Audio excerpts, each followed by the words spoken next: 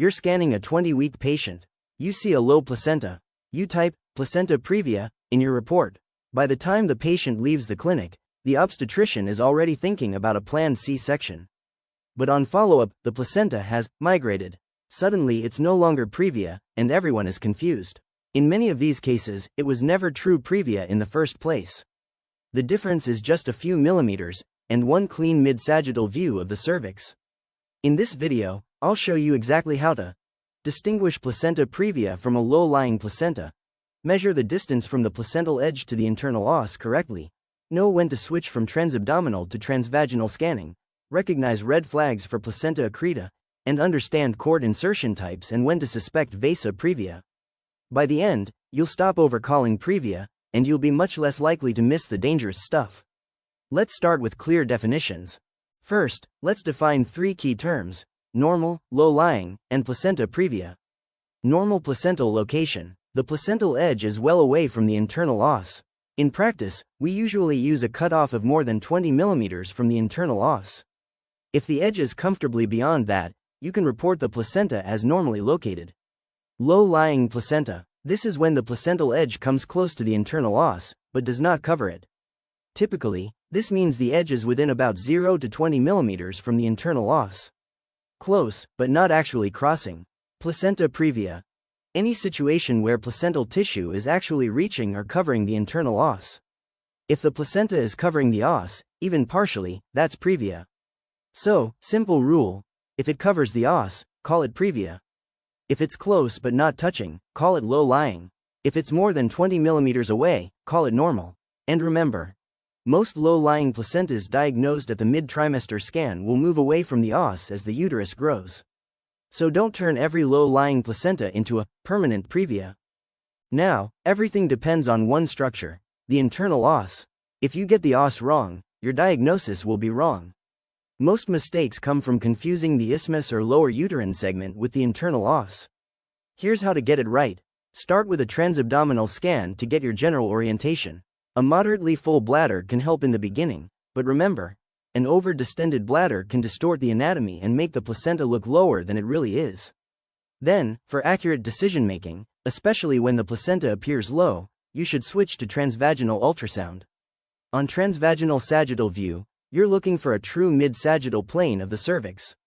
You want to see the endocervical canal as a linear structure, the external os at the vaginal end, and the internal os at the junction between the cervical canal and the lower uterine segment. The internal os is where the cervical canal meets the uterine cavity, forming a subtle V, or shoulder, appearance.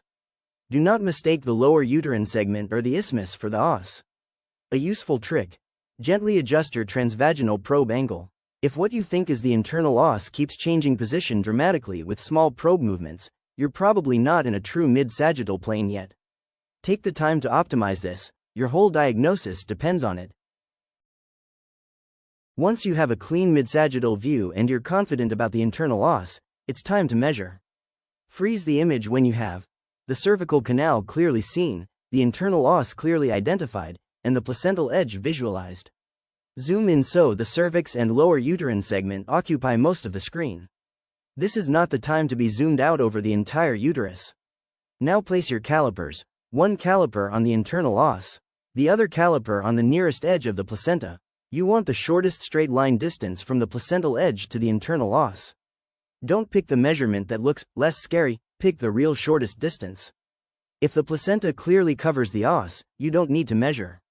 That's previa. If the edge is more than 20 mm away, that's normal.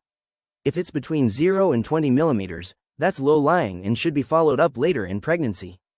Transabdominal only is not good enough when the placenta appears low. If on transabdominal scan the placenta seems within that range, you should confirm with transvaginal. Talk and overcall previa because of suboptimal angles, uterine contractions, or bladder distension.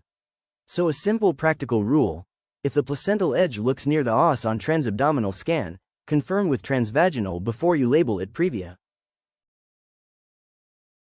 Now, let's talk about placenta accreta spectrum, because this often coexists with placenta previa. Any placenta previa, especially over a previous cesarean section scar, should trigger an accreta checklist in your mind. Here are 3 key sonographic red flags. First, loss or irregularity of the retroplacental clear zone. Normally, you see a smooth hypoechoic zone between the placenta and the myometrium. In Accreta, this zone can be thinned, interrupted, or completely lost. Second, placental lacunae. These are irregular, often large, vascular spaces within the placenta, giving a Swiss cheese appearance.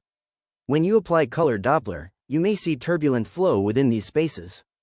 Third, very thin myometrium between the placenta and the bladder.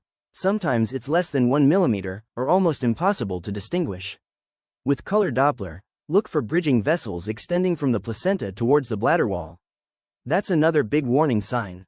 If you see these features in a patient with previa, especially with a uterine scar, you should clearly mention suspicion of placenta accreta spectrum in your report and recommend assessment in a high-risk center. This is not a minor detail, it dramatically changes management and delivery planning. Next, let's look at cord insertion and when to think about Vasa Previa. After you've assessed placental location, follow the umbilical cord to find its insertion into the placenta. There are three main types. Central insertion. The cord inserts well into the body of the placenta. This is the usual and safest pattern.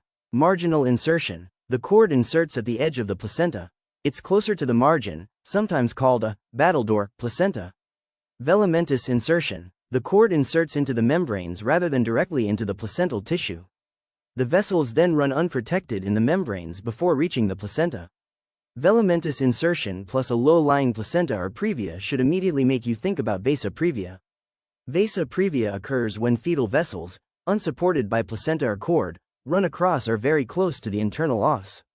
If these vessels rupture during labor or membrane rupture, the fetus can exsanguinate within minutes. To evaluate this properly, use transvaginal ultrasound with color Doppler over the internal os. If you see vessels crossing the internal os that pulsate with the fetal heart rate, that is highly suspicious for Vasa Previa. So again, the sequence is low-lying or previa placenta, check cord insertion. If velamentous or very marginal near the lower segment, use transvaginal color Doppler over the os to rule out Vasa Previa. This is one of those diagnoses where antenatal detection can literally be life-saving. Let's finish with 3 simple rules you can carry into every scan. Rule number 1. If the placental edge appears near the internal os on transabdominal scan, confirm with transvaginal before calling it previa. Use the distance. More than 20 mm is normal, 0 to 20 is low-lying, and covering the os is previa. Rule number 2. Any placenta previa, especially over a previous cesarean scar, should be screened for placenta accreta spectrum. Look for loss of the clear zone, placental lacunae, thin myometrium, and bridging vessels. Rule number 3. If you see a low-lying placenta or previa and a marginal or velamentous cord insertion, always use color Doppler transvaginally to look for Vasa Previa. If you stick to these 3 rules, you'll stop overcalling previa, you'll communicate risk more accurately to your obstetric colleagues, and you'll be much more confident that you're not missing the high-stakes diagnoses. If you found this helpful, make sure you check out the rest of the placenta and cord ultrasound videos on the channel, where we go deeper into accreta spectrum and fetal vessel anomalies. Thanks for watching, and I'll see you in the next scan.